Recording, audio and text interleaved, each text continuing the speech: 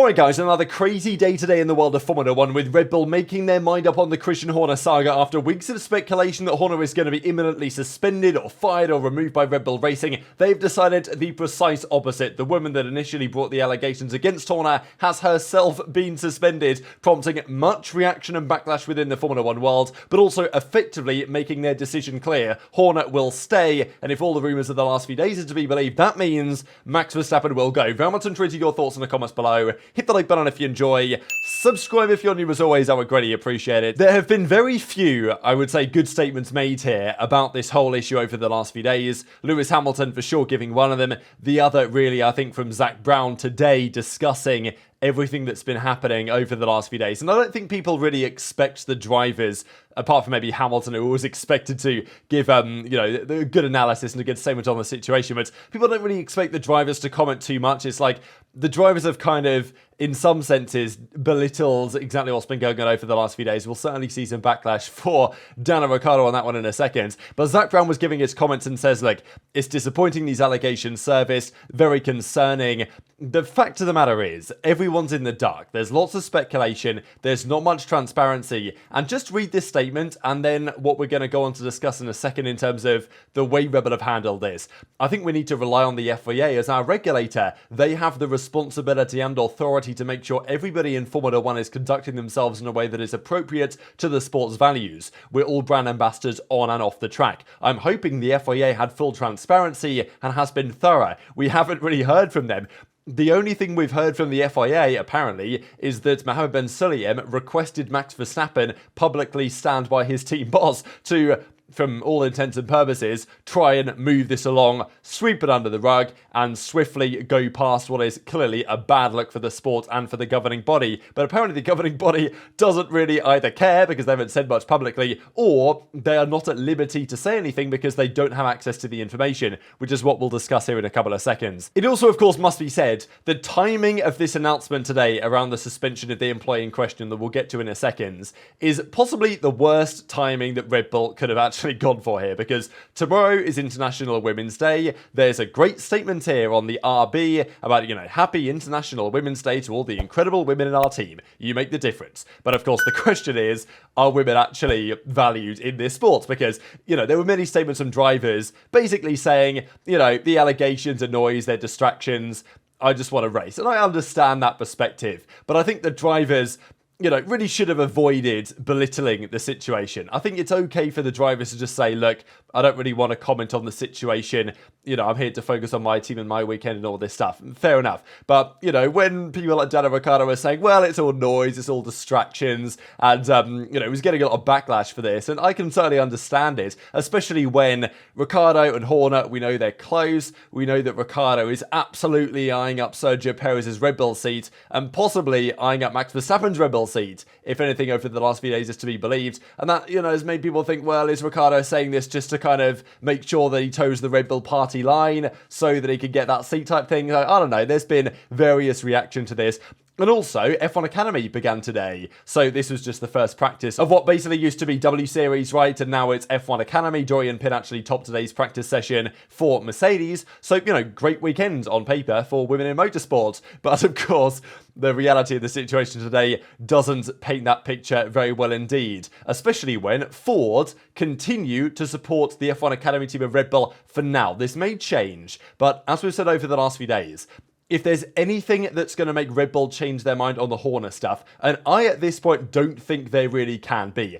My opinion is, over the last few days, having heard what Joe Sarad had to say on the rumours that Horner is effectively trying to take over Red Bull Racing and Red Bull Technologies out of the main Red Bull team, the Thai side of the Red Bull ownership group of the main Red Bull company want that to happen. They are backing Horner as the man to make that happen, and they feel like whatever the immediate term fallout, that is best for the future of the racing team and for their company in general. So there's very few things, I think, that will change their mind on this. Maybe Ford and other major partners pulling out could be one of them. And even yesterday we saw Castor, $200 million deal with Red Bull. So the partnerships aren't going away. And Ford, their branding is still spotted on the livery of the F1 Academy car today.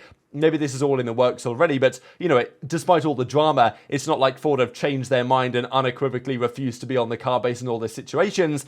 Ford have made their public statements that, well, we don't accept, we wish there's more transparency and all this stuff, but, the reality is they're still on the Red Bull car as it stands. So then we get the major bombshell today. Now, yesterday, there was a report by F1 Insider that said the accuser had been, I think, sacked is maybe what it said, and there were some people saying, well, actually, that's not true. So people then thought, oh, terrible sources and all this. But it turns out it basically is true, but just maybe in a slightly different regard. That article also said, let's not forget, that if Verstappen is to go, then it will be Albon and Piastri that Red Bull are targeting to replace him. So potentially replace both of their drivers, of course. So if that first part of the article turns out to be true, which it does seem to be, at least in part, then maybe it adds more validity to the second part of the article. But the Telegraph today were the first to report on this, then the BBC were on the ball, then Sky Sports were on the ball. The woman who accused team principal Christian Horner of inappropriate and controlling behaviour has been suspended by Red Bull. Can you believe this timeline? Now, we know full well that everything that's happened behind the scenes over the last couple of weeks has not just been around this allegation and the investigation. Arguably, that's a very small part of what's been happening behind the scenes at Red Bull over the last several months. But nonetheless, it was the most publicly facing part, this major complaint behind the scenes that there was an investigation into, and the grievance was then settled and effectively dismissed by the investigation that Red Bull put into that situation. Now, Red Bull say the company cannot comment on this internal matter. Now, usually this is what people say when lawyers are telling them not to say anything, but this is an internal matter. I'm almost certain they could comment if they wanted to. I'm sure Red Bull could give more transparency on this if they wish to. I really think that it's not the fact that they can't comment, it's that they don't want to comment for whatever reason. And they are not, no transparency is being had here. And I understand in the early days when the results of the investigation were published to say, no, Horner's fine, we've dismissed the complaint, we're moving forward. The belief was then, okay, fair enough, maybe, you don't have to reveal too much information because we don't want to get personal with this. We don't necessarily need to see the names and all the receipts and all the information. But I think some degree of transparency would be very wise for Red Bull to do. But they are absolutely refusing to do so, especially when BBC Sport has learned the reason given by Red Bull to the employee was that she had been dishonest.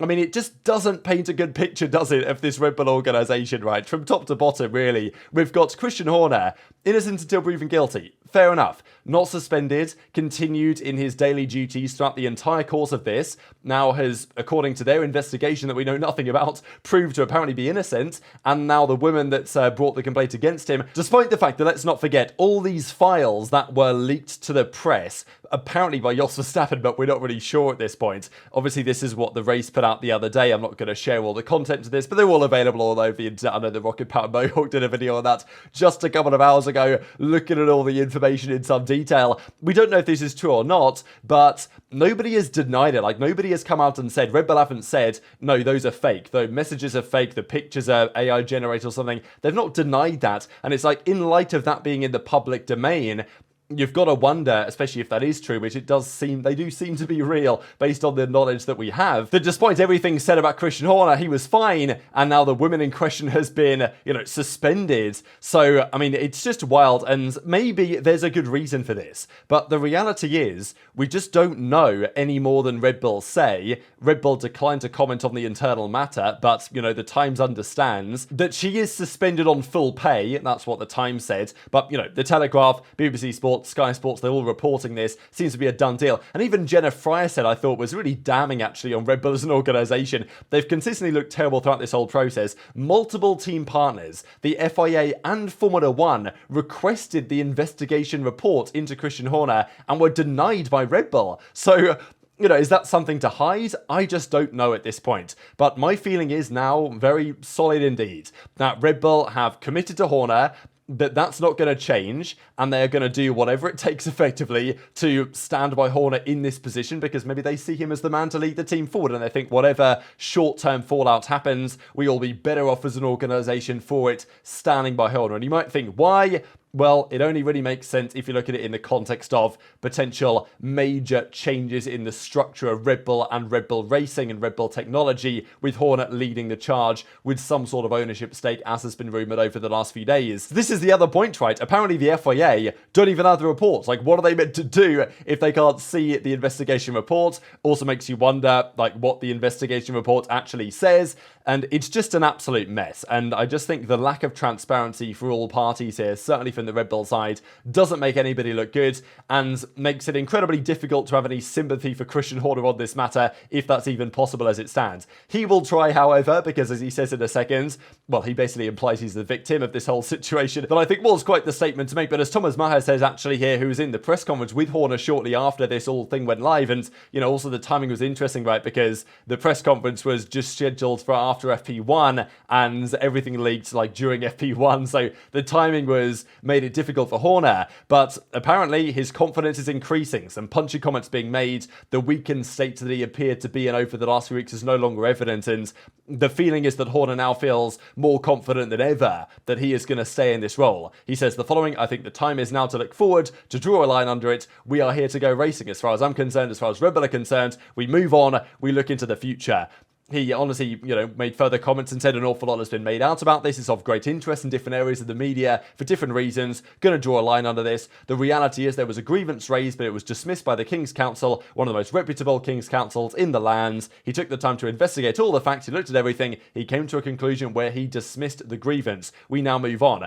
I'm fortunate that I have a beautiful family and a very supportive wife. It has been very trying, it's been very challenging. My wife has been hugely supportive, as is my family, but the intrusion on my family is now enough. We need to move forward and focus on what we are here for. Time to focus on why we are here, which is to go Formula 1 racing. So there you go. Those are the Christian Horner statements. In some sense, playing the victim in this. Not really sure that's the reality of the situation, but to be fair, we don't really know what's happened. What we do know, however, is that the woman in question has been suspended by Red Bull. And while it remains very difficult to say who's in the right, who's in the wrong on this situation, because we have frankly no transparency, what is clear is that Red Bull have made their decision. The woman will go and Horner will stay. And that creates interesting implications for this man on screen. He was actually up very late last night, I think like 3 a.m. Jeddah time. He was in his hotel room playing iRacing on stream, trying out the new, I think the new rain feature, whatever it is. So Max is just a funny guy, I'm not going to lie. The fact that he did this last night, and of course, turned up today for practice one. And even Hamilton was giving, well, he's saying quite a lot actually about this Red Bull situation. It makes me wonder whether he thinks, you know what, if we can, if Max could leave Red Bull, that would be kind of nice for the way that things happen going forwards. Of course, Hamilton going to Ferrari next year. But Red Bull, well, he basically says the Red Bull's leadership crisis is similar to what he experienced at McLaren, talking about how Ron Dennis didn't get on with people. Obviously, his own father was involved back then, and Hamilton had to say, look, Dad, maybe it's for the best that you step away here. And obviously, Hamilton ended up leaving McLaren to go to Mercedes after all of that internal drama with Ron Dennis.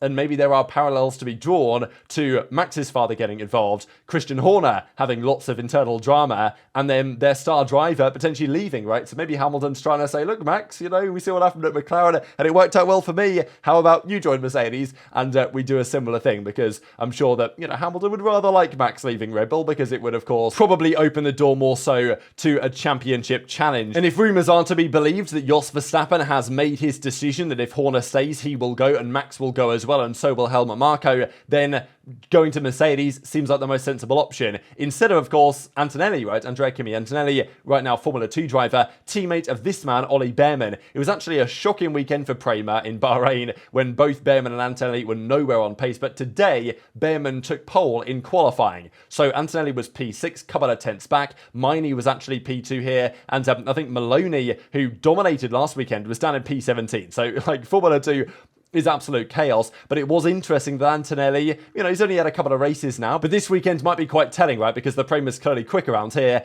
and Bearman stuck it on pole, Antonelli was P6. So that may make Toto Wolff think, you know what, Antonelli, obviously it's just one qualifying session, right? But the theory goes that maybe Toto Wolff thinks, all right, Antonelli, year at Williams or whatever, see how he develops, and let's get the real Max Verstappen into the team. But of course, there was also free practice today. Firstly, of note, Alpine, Hassan Sauber, no upgrades this weekend at all. Some teams bring in generally rather small things, but it's kind of funny that Alpine have just bought nothing, right? Because they're in a shambles, they're not looking to change it seems. Now, Mercedes had an interesting day for sure. It was, sometimes better, sometimes worse, but there was talk actually from James Allison in the post-race debrief they did for Bahrain on the engine overheating.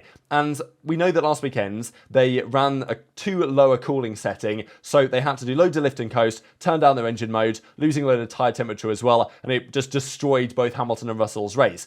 And as James Allison said, it was a big surprise to Mercedes they were so far off because they had all of the testing data at Bahrain. They had all of the practice data. So they knew what the temperature was going to be. They knew how the car was performing earlier on. They should have known exactly what cooling level to deliver. They put that cooling level on, but they were off by a good couple of degrees, which is, for a team of this level, like mind-blowing why they were so far off. And James Allison said, yeah, we're still not really sure why that happens and why the engine was so much hotter than they expected come the Grand Prix. So we'll see this weekend whether they go way more conservative to try and deal with this situation. We also did have very briefly in FP1, Russell and Verstappen separated by 0.003 of a second, which, future teammates, maybe not future teammates, I guess we'll see on that. There was seemingly some reason for Toto Wolff to be smiling a little bit here when the Mercedes was looking pretty decent early on. At the end of the day, reasonably well as well, although Russell was definitely much more on the pace today than Lewis Hamilton was. We also had Lance Stroll here twatting it in the wall around this fast left-right chicane, but to be fair, the Aston Martin today was looking very racy indeed. This was FP1 on the fastest sectors, the Red Bull fastest by some way again in the final sector because they just have that juicy straight line speed. The Merc was fastest in Sector 2, very competitive actually here in Sector 1. FP2 was delayed by a few minutes as well because, well, again, it's the classic drain cover issue. They had some concerns about them. They took roughly 10 minutes to check over the drain covers to ensure they weren't going to come up and destroy the cars.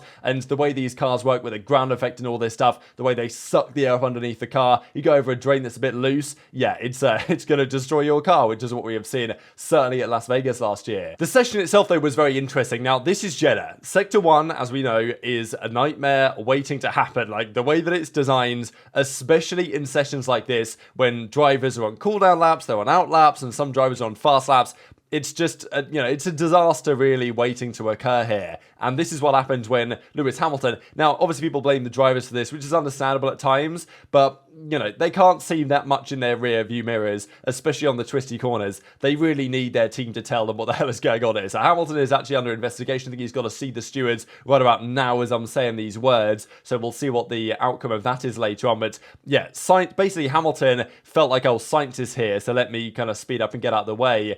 But then, of course, it was Logan Sargent who came flying through on a fast lap, nearly went into the back of Hamilton, got and made avoiding action. Hamilton kind of moved out of the way, but too late. So, yeah, that could have been bad. And it happened elsewhere as well, like Russell and Tsunoda got into something. I think even Zhou and Sainz got into something as well. So it's all going on, and really this circuit does ask for it. Now, Russell was not happy with the balance of the W15. He wasn't actually particularly slow. He had a pretty good time today. But the cars, lots of the cars, did not quite seem as planted as I maybe expected that to be the case. This was Hamilton's response, by the way, saying that I was trying to get out of the way of Sainz. All of a sudden, the Williams was there, and it's on the drivers and it's on the teams really to make sure that this doesn't happen. This was the angle of, well, here is the racing line going straight down off this curb into the next corner, and Sargent has to take very much evasive action here to get out of the way of Lewis Hamilton, who was straight in the way. So that's very interesting, but this was the way the session was looking at basically half time, and Fernando Alonso was putting in the quick lap times. The mediums, it was pretty much like Verstappen and the other guys were up there, but the Aston Martin is looking really nice around here. Now, it doesn't have the straight line speed the Red Bull does, which means in a potential race setting, it will be vulnerable. And it's also going to be vulnerable in terms of tyre wear and degradation. We'll see the data on that in a second. But at half-time, Alonso, Leclerc, Perez, Verstappen, Stroll. That was how things looked at the top of the order, right? And this time from Alonso's stage, Sainz, by the way, was feeling actually rather unwell today. So hopefully he's feeling better tomorrow for the rest of the weekend because, it was a couple of tenths off. But fair play to Sainz actually getting in the car because apparently he really wasn't particularly well today at all. And if there's one circuit that you don't really want to be driving when feeling unwell, it's quite possibly Jeddah, really, with the way this circuit operates here. here. But I thought a very impressive day here from Alonso. The Mercedes, though, was in an interesting spot, right? Russell wasn't slow. Hamilton was pretty slow compared to the pace of the top guys. Talking about the rear, it was really loose. So still looking for a setup that's going to work for those guys for sure. And actually, after nearly going into the wall, well, he saved it pretty nicely. But, you know, where Stroll crashed, but not going into that wall, but going into the one that Schumacher crashed into a couple of years ago, Hamilton said, yeah, I'm coming in, got no power. The engine just gave up. So I don't know what's going on with Mercedes high-performance powertrains. You know, they look more like low-performance powertrains over the last couple of weeks. They were struggling at Bahrain, and that might be continuing here at Jeddah. So definitely concerns on the Mercedes engine side. But the session finished as follows. Verstappen also improved on his lap time on 4 lap-old softs. So, you know, his lap time initially on the softs wasn't that good, but he did a couple of cooldown laps and went again and it was faster. But he wasn't, you know, lightning fast. Russell was 2 tenths off Alonso. Leclerc was 3.5 tenths back, then Perez, etc., down the rest of the field. Fair play to Gasly, putting that tractor in the top 10. I thought was actually kind of commendable. The McLaren as well, not having an easy time either. So it does set up a very interesting Saturday. But I think in terms of race pace come Sunday, actually, well, sorry, tomorrow's Friday for qualifying. Saturday is the race again, as we saw last time out in Bahrain due to Ramadan beginning Sunday, I believe, and all this type of stuff. There is, however, race simulation data, and I always try and look at this on the channel where possible.